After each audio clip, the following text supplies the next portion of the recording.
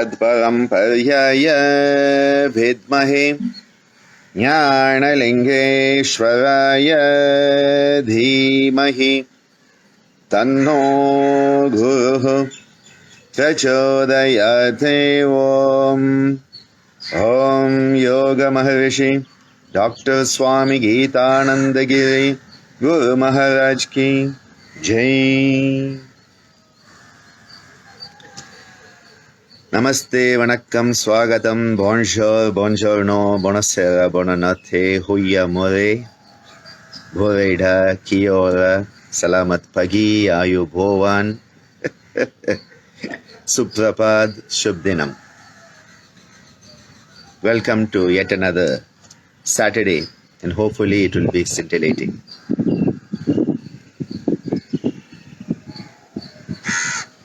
This week I was wondering what will be the topic for our get-together.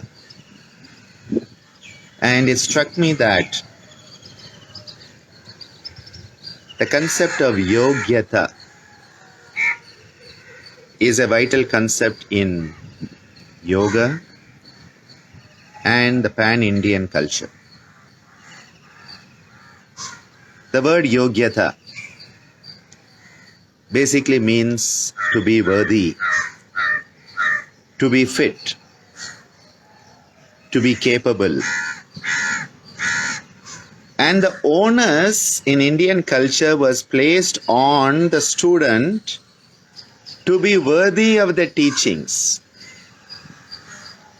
So the onus in the Indian culture, the Guru Shishya Parampara, was on the student to be worthy and capable and fit to learn the concepts, imbibe the concepts given to them by the Guru Parampara.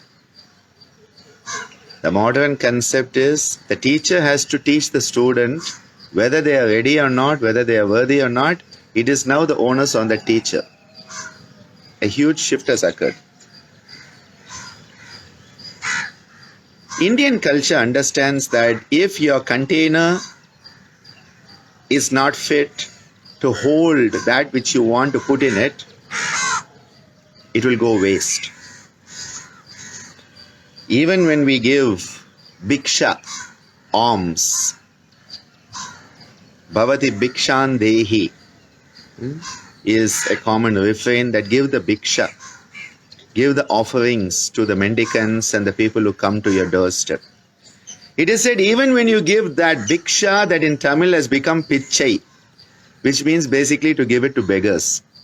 Pichai podradhu. But that pichai actually has come from bhiksha. Bhiksha has become pichai in Tamil. It is said that when you give something to someone, make sure that they are capable of receiving it. Make sure that when you give somebody something, their container can hold it. Otherwise it goes waste. So the importance on having a container to receive, and that the container that is receiving should be capable and worthy of that which is being given. This is where the concept yogyata comes in. It is the fitness, the worthiness. And this is why when I was preparing the poster, I said, what can we subtitle it? Yogyata. And I said, well, we all know about intelligence quotient, which everybody likes to talk about, the IQ.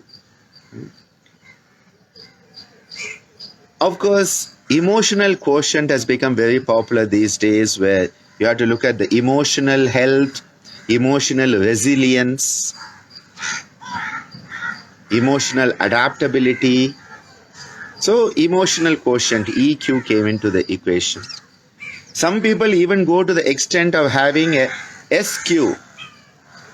No, that S is not for what you think it is. Spiritual quotient. Okay? The spiritual quotient, SQ. I said, let us introduce a new one, the worthiness quotient. So yogyata is your worthiness quotient. How worthy are you to receive the teachings that you are now being given. So the onus is on the receiver rather than the giver in this equation. It is often said, when the student is ready, the master will appear. And so people keep on asking me, they say, where will I find my guru? Where can I find my guru? Can you recommend someone? Can you recommend where I can find them? And I'm like, well, you don't have to go looking for your guru. You just have to make yourself ready and the guru will appear. It's as simple as that. But we always want it to be someplace else. We want it to be somebody else's responsibility and not ours. Many people think that spirituality is the abdication of responsibility. Spirituality is not another escapist opportunity. Spirituality is based on acceptance of responsibility for the self. When we accept responsibility for our own self, when we start the Atma Vichara, the self-inquiry, and we start to have the capacity for self-reflection, at that moment, spirituality begins. But if you're always saying it is his fault, it is her fault, I am like this because of them, I am like this because of the government, I am like this because of my cat and dog, well, spirituality has not yet come into your life in that way. The moment you start to say, I will take up responsibility for my own life. I often tell my students, we are responsible for what we think, what we say and what we do, not for what others think, say and do. This capacity for self-reflection and the acceptance of self-responsibility, the Swadharma, is where the whole horizon suddenly opens up. So, when we are talking about the worthiness quotient, yogyata, the person who has the yogya, ta is a state. Yogyata. Yogyata is a state of being worthy. So, we need to work on making ourselves worthy, and then automatically that which needs to come will come. So it is not about paying the fees. The modern attitude is, I signed up for your course and now it's your job to teach me. Well, that's not the pattern at all. It's not about signing up for a course. It's not about paying some money. Recently, I came upon a ridiculous statement by a person who said that the Guru-Shishya relationship is based on Dakshina, the payment model. And so he was justifying why people should charge for teaching yoga. Now you charge for teaching yoga, it's your business, okay? But the justification was so warped, where he made a statement. He made a statement saying, the Guru-Shishya Parampara, the Guru-Shishya relationship is based on Dakshina. And that is totally wrong. The Guru-Shishya relationship is based on love. The Guru-Shishya relationship is based on mutual respect, coexistence, and acceptance that we are fellow travelers on this journey, helping one another to become a better version of ourselves until we transcend even this self and become the greater self in Kaivalya, Mukti, Moksha, Nirvana, whatever you want to call it. That is why we chant, Sahana Vavatu, Sahanau Bunaktu, Sahaviryam Karvavahai. We are in this together. Never, in our culture, it's never the Guru saying, you have to bow to me. No. You have to pay me. No. It is a matter of understanding coexistence. And because the student was receiving such life-transforming knowledge and developing wisdom and experience under the guidance of the Guru, they felt they should offer something back. And from that gratitude, Kritagnya, sprang the attitude of seva, which is Guru Seva, to serve the Guru and offer. Offer.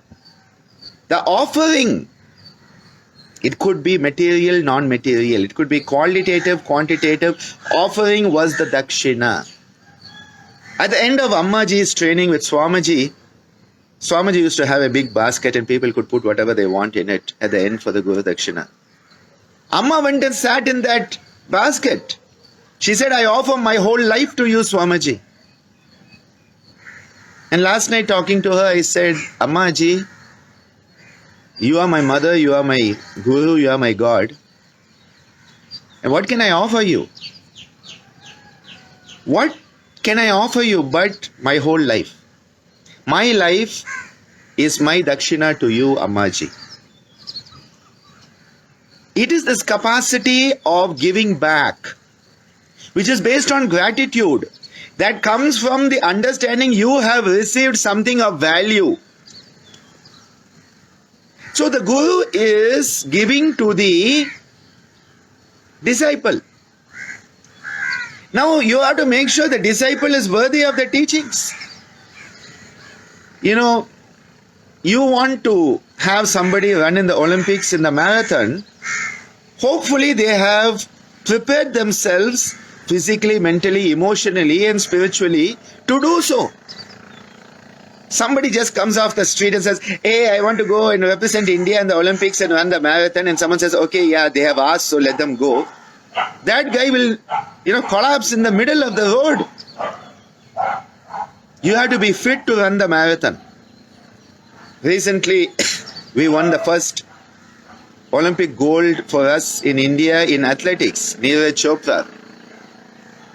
Now, for that, he had to be fit for it. You don't just go to the Olympics and says, I am me, give me a gold medal. I am me, give me a gold medal. Doesn't work like that. You have to be tested. You don't go to an interview and say, give me that job because it's me. They are going to evaluate you. Are you worthy? Are you capable? Are you fit for that? You want to go into space with these crazy billionaires who take you on the space trips these days. Now, if just those guys would think about eradicating hunger and solving the water crisis on this planet, the world would be a better place. But no, we want to go into space. Okay. You want to go into space, you have to be tested. They will put you through all sort of medical tests before you're allowed in space. They don't just say, okay, fine, hop on, we'll go up. No. Before you join any university in India, you have to have a medical fitness test. You have a fitness test and you are certified that you are medically fit, and then you can join the course. And yet, when it comes to spirituality, I am me, give it to me. I joined your class, so you have to teach it all to me. And I don't have much time. You say I'm so busy. Can't you just tell me the essence of all your spiritual experience in 10 minutes because I have a train to catch? What egotistical BS. Privileged attitude. This whole attitude that life owes you something. Swamiji kept on saying, life owes you nothing. Life owes you nothing. You owe life everything. You have been given the opportunity to have a life. Now you owe life everything. Now when we talk about this yogyata, you find a beautiful verse where this is used in the Maharishi Patanjali's Yoga Sutra, where he talks about pranayama as the key to becoming worthy, to having a mind that is worthy and fit and capable of, hold your breath, concentration. Not meditation, concentration. He says through pranayama, dharanasucha yogyata manasaha. Your mind, manas, becomes fit, worthy, capable of concentration through the practice of pranayama. Now you have people sign up for meditation classes. They just come in, Dr. Ananda, I want to join meditation classes. I'm like, why? Why? Well, I heard it's easy. I heard it's easy. Okay, yeah. Just sitting with your eyes closed and thinking of God knows what is easy, huh? Okay, fine. Meditation is easy. I don't have much time. So teach me meditation. I don't want all this lower part of yoga. I want the high yoga because I'm so evolved. Huh? I'm so evolved, I want the highest. Again, ego. Bhranti darshana. Delusional psychosis that we all have. Ego based. To even concentrate, which is the first of the samyama. That is the only thing you can do. Concentrate. The rest of it has to manifest on its own. Only dharana is what you can do. Dhyana and samadhi are the after effects of dharana. So you cannot directly do meditation, for God's sake. You can concentrate, you can contemplate. Amma liked to call it quiet sitting. She used to say, after Arati we go to the rooftop, and as we wait for the sun to come up, we do a period of quiet sitting and contemplation. She never called it meditation. Quiet sitting, contemplation, that's a very beautiful way to acknowledge what most of us are doing in the name of meditation. Even to concentrate, because the mind has to be one-pointed, ekagra. The mind which is muda, kshipta, vikshipta has to come into ekagra. Already that's quite a journey. For that, pranayama is essential to create a sense of yogyata. So what is this yogyata? It is that fitness. So someone who is fit for what they aspire. Are you worthy of your aspiration? I want to be this, I want to do that. Are you worthy of it? Have you put in the effort? Have you prepared yourself?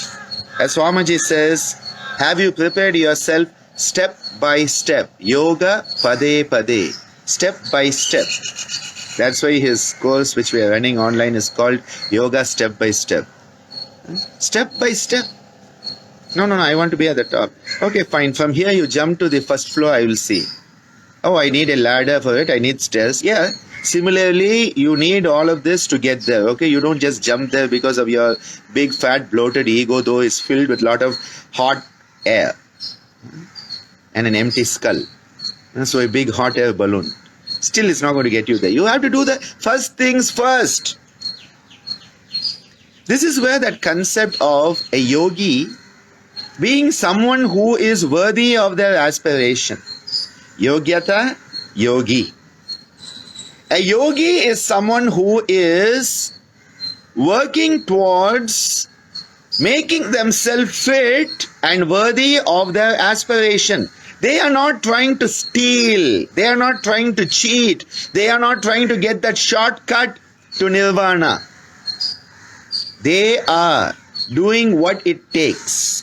They are putting in the effort in the right direction, doing the right thing in the right way at the right time. All of that is being done. The appropriateness, not appropriated. Still hangover from that. Appropriateness is there. It is in tune with dharma. It is in tune with the purpose for which you are here. Your ikigai. It is part of the salitogenesis, eudaimonia, all of these concepts that come together when we talk about this. A yogi is one who is fit for the aspiration, and hence the aspiration will manifest. When we talk about kaivalya, you have to get yourself to such a level of sattva, luminosity, that your sattva and purusha are equivalent. Purusha, we are here. Our sattva, you don't bring purusha down, okay? Nirguna, Parabrahma. Okay? You have to go from Tamasika, Rajasika, Sattvika, and when both are equivalent, presto, Kaivalya occurs. What a beautiful concept. And this is why a yogi is one who is worthy, making sure that they are making the effort to be what we are. It is so important. And this is why Sushant has quoted that exact verse that was coming out. Yada hi nendriya teshu na karmasu anushajyate sarva sankalpa samniyasi yoga ruda tada uchyate. The Bhagavad Gita tells us that who is this yogi who is fit? Who is the one who has that yogyata, that yoga ruda, that supreme yogi? When you have stopped being attached to the sensory objects and all the web of the senses, indriya jala, you have come out of that. Yadahi na indriya teshu, the indriya and the artha, they are stuck together. They are glued together. You have unglued yourself. You have unstuck yourself. That's where vairagya comes in. So, na indriya arteshu na karmasu anushajyate. You are not caught up in the karmic cycle. Why? Because you are following your dharma. Dharma is the antidote to karma. Following one's dharma, one's swadharma, living one's purpose, fulfilling one's ikigai. That is what it is. And at that point, sarva sankalpa samniyasi, you are willing to say, thy will be done. In Tamil we say, avan arulal avantal vanangi. We say that even to worship the divine's feet, we need the grace of the divine. Ishvara Pranidhana. And this is why, for this capacity to be in the moment without attachment to the fruit, without attachment, if I do this sadhana, what will I get, Dr. Ananda? If I join your courses, what will I get? We are doing it for the sake of doing it, because we are to do it. We are being what we are for the sake of being. That is where that yogyata starts to manifest. The yogyata can be enhanced. The yogyata of the individual is enhanced by the adhikara yoga. Maharishi Patanjali's first two limbs, yama niyama, they make you an adhikarin, someone who is fit for the adhyatma yoga. Adi Atma yoga, the highest yoga, you have to be someone who is fit for that. It is called an adhikarin. And yama niyama are the methodologies to attain this fitness, to become an adhikarin and develop the yogyata. This is why they are no option yoga. Swamiji would say, yama niyama are no option yoga.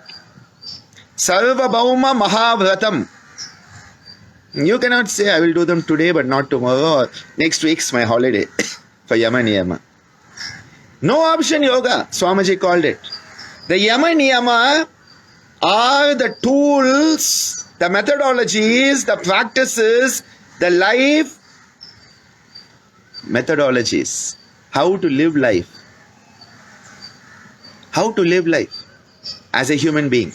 How to develop yogyata for the higher teachings. Yama niyama are the key. Ahimsa satya asteya brahmacharya aparigraha yamaha saucha santosha tapas swadhyaya ishvara pranidhanani niyamaha. The niyama. And then you work even within the niyama. Tapas swadhyaya ishvara pranidhanani kriya yoga. The kriya yoga to eradicate the kleshas so that you become yogyata. The kleshas are preventing you from having the yogyata. The kriya yoga of Maharishi Patanjali. Self-effort, discipline, self-effort of tapa to burn away all that which is not. Swadhyaya, the introspectional self-analysis, Atma Vichara, self-inquiry, self-reflective capacity to know whether we are on the right track. Our internal GPS is Swadhyaya. And then Ishvara Pranidhana, you have done your best, you have made your effort, having the capacity to give over. Ishvara Pranidhana. The do your best, leave the rest component.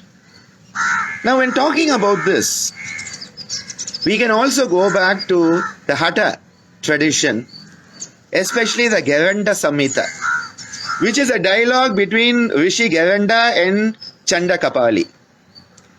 And Gheranda makes it very clear that the purpose of this yoga, it is called Gatha Yoga or Gatastha Yoga, that we are a pot.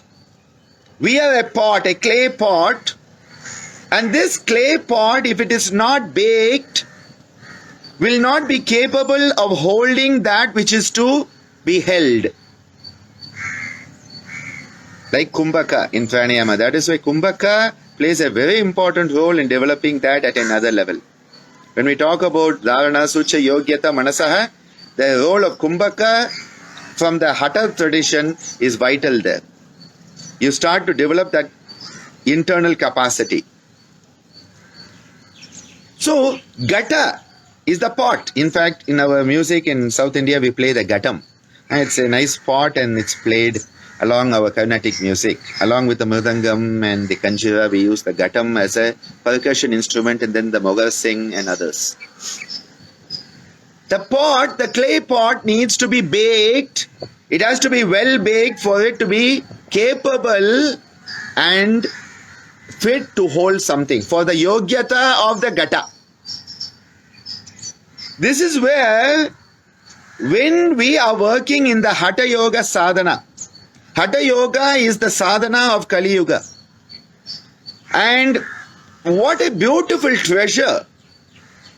Now when we talk about it, don't just think it is asana.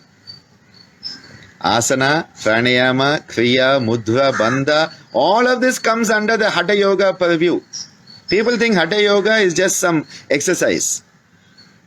Without Hatha Yoga, there is no Raja. Without Raja, there is no Hatha. They are supplementing, complementing each other. The Bahiranga complements the Antaranga refines the Bahiranga. That is an interaction that is constantly happening. You cannot separate them. We tend to look at things in separation. We have to look at things in unitiveness, oneness. Coming back here, the whole process of the Hatha Yoga, according to Rishi Gheranda, is to make sure your pot, what is your pot? You, your body, all your processes. So the body at the Annamaya Kosha level and how it is functioning in the Pranamaya Kosha, and then starting to have a capacity of Manomaya Kosha, all of this is your Gata. And it has to be baked. This is why my dear Jnana Sundari many years ago, she gave a beautiful talk. She talked about baking the yogi. Baking the yogi. Gata Yoga. What you are doing is the intense fire of sadhana, the intense fire of tapasya, the intense fire of abhyasa. What it is doing, it is baking your pot so that you will be fit to hold the highest. What is the highest? The Atma itself. The body needs to be fit. The emotions need to be fit. The mind needs to be fit. The spirit has to be fit. We are to be fit for the experience. The experience will only come when you have fit. You want to find a radio channel. Okay, there are like a dozen channels here. I have to tune my receiver properly. I have to tune my receiver properly if I am to get that channel that I want. I cannot just put my radio and say, hey, that channel is not coming. That channel doesn't like me. Lay a case against that channel for not liking me and not sending its programs to me. Hey, you take your radio receiver, tune it properly, and you will get to it. Tuning your receiver to receive the signal. Yogyata. And I was asked a question some time back here by Dr. Nalini. And she said, how do you know the Yogyata? Well, the Yama Niyama are again an effective scale. In research, we have all these scales, Likert scales and pain scales and hostility scales and emotional volatility scales and spirituality scales. You have all these scales. The Yogyata scale is basically the 10 Yama and Niyama. When you evaluate yourself, again it has to be a metacognitive, dispassionate evaluation. That's what Swadhyaya is important here. They all feed on each other. They all supplement each other. You have to evaluate yourself against the scale of Yama Niyama to know whether you are fit or not. Yogyata depends on the Yama Niyama evaluation. And this is why trying to do away with Yama Niyama. Now some people will immediately start to say something now. They'll say, Dr. Ananda, you talked about Geranda. He talks about Saptanga Yoga. You have Shadanga Yoga, Chaturanga Yoga, and they don't talk about Yama Niyama. Huh? What it means is that they didn't even think, they didn't even contemplate that people will try to come into the rest of yoga without working on Yama Niyama. It was taken for granted by these rishis. They said, it's like, if you do a research study, inclusion, exclusion criteria we have to put. If I put inclusion criteria, living human beings, my ethical committee will laugh at me. They said, of course, you have to talk of your subjects. They are all living human beings. This is irrelevant. It is frivolous. They say, you don't need to say it. Living human beings who breathe. They'll say it's apparent. Similarly, for these rishis, it was frivolous, it was apparent, and they said no one will come to these practices if they are not already working on the Yama Niyama, so they have not mentioned them. Do not think that these rishis gave a path that did not have Yama Niyama. Yama Niyama has always been part of the Indian cultural ethos of all aspects of living. Not just yoga. Not just yoga, it's been part of everything. So a yogi has the yogyata. Yogi has the yogyata. Yogi has the yogyata. So then who is someone who doesn't have yogyata? A yogi. The a-yogi. Because the yogi is in tune. A yogi is an integrated human being. A yogi is a disintegrated human being who is suffering the entitled syndrome. The ayogi says, give it to me whether I am worthy of it or not. The yogi says, let me get ready so that experience will come on its own. But today we have so much of the ayogic attitude coming even into yoga. I have signed up for your course, so you have to teach me, and if you don't teach me, it's wrong and I will give you a bad feedback. Teachers have to depend on student feedback for the promotion. This is total nonsense to me. Total nonsense. We have it so wrong. This whole idea that I will get it by hook or crook, it is an ayogi, ayogyata. And that is why in Tamil, someone who wants to get something and tries to get it by hook or crook without being worthy of it and doing the right thing is called an ayokyan. Ayokyan. Ayokya. Ayokya. Ayogya. The one who doesn't have the yogyata is called an ayogya, which becomes ayokyan. Now most Tamils will not even have found that similarity till I have said it now. They are not fit for it, but they want it. A scoundrel is an ayokyan. A scoundrel who will go to any length and breadth and depth, hit the bottom of the pot just to get it, even if they are not worthy of it. Trying to get something for which you have not made the effort. You have not earned it. Ayogyata. And this is why Maharishi Patanjali says, well, if you want to develop this, he says there are 5 very, very important qualities of a yogyata. So I said one way is to evaluate against the Yama Niyama scale. The second, he says, how to develop it. He says, well, the qualities you need: Shraddha, Virya, Smriti, Samadhi, Prajna, Purvaka Itaresham. What a beautiful concept here he gives us. He says, we, the sadhaka, need to develop Shraddha. Shraddha is the quality which is of conviction. Often it is translated as belief. Now, the word belief is very loaded, because you can always have blind belief, false belief. So I like to use the word conviction.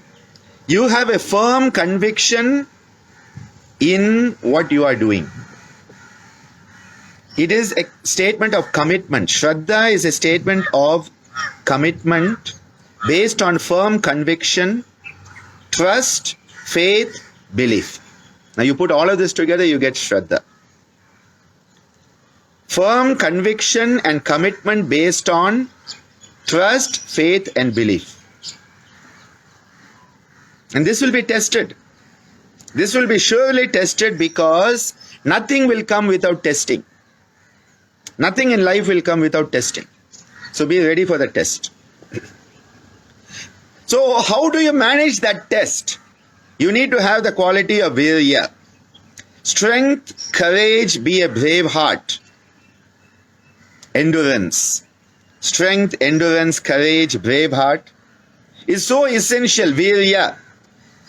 To keep pushing through even when your conviction is challenged, even when doubts, samshaya, one of the obstacles, starts to come into the mind.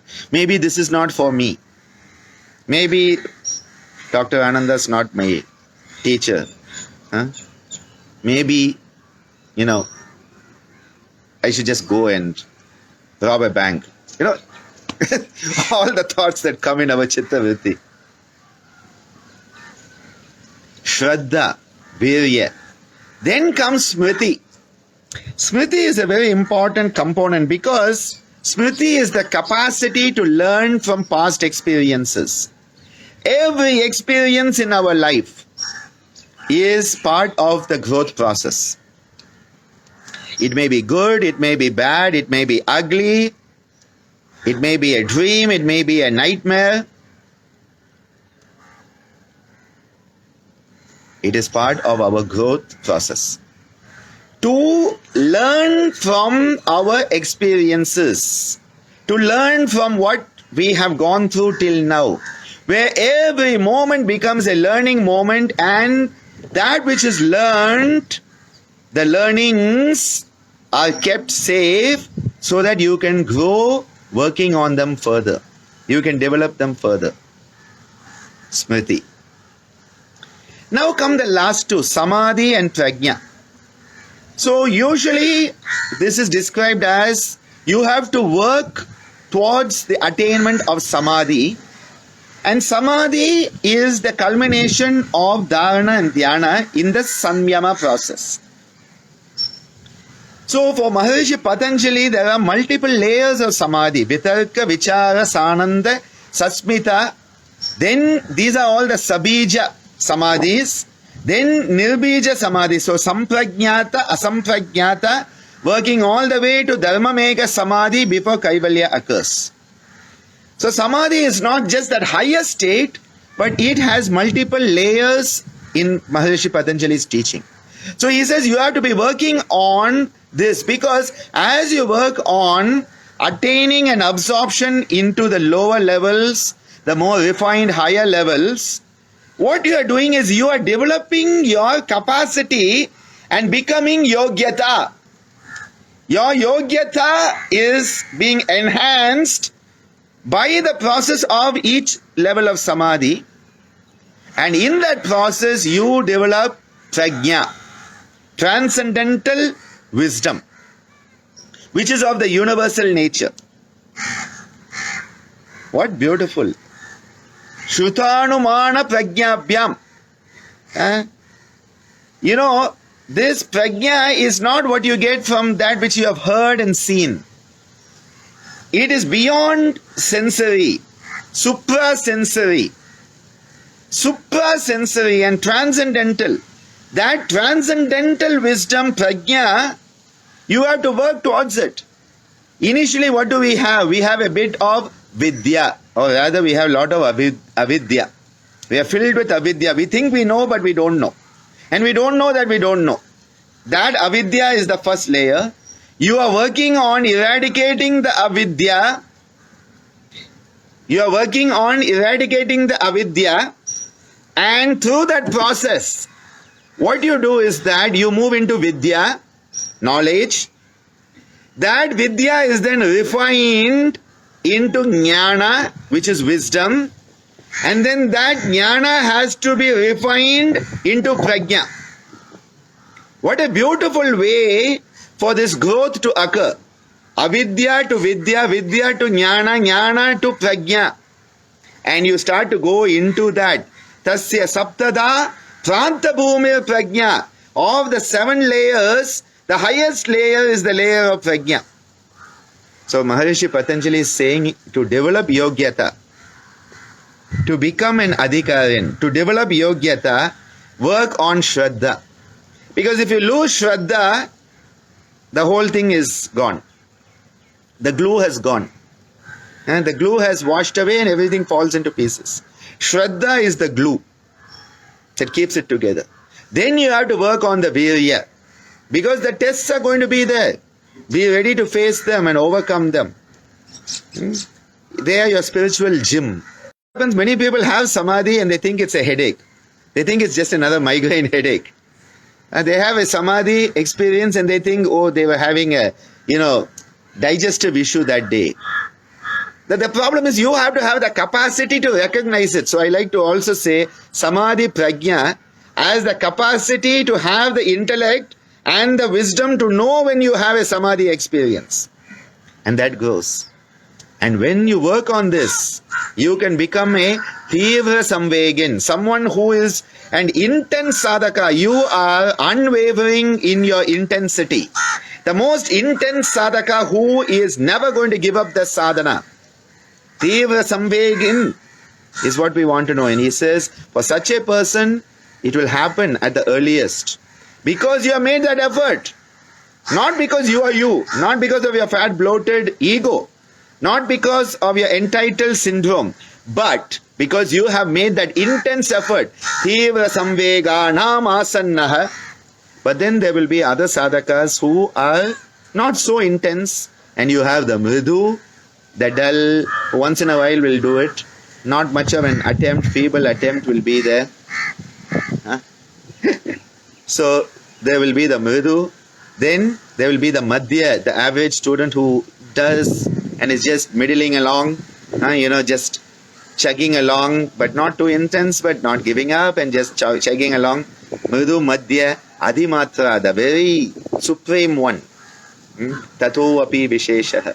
Mridu, madhya, adhimatra, tato api visheshaha.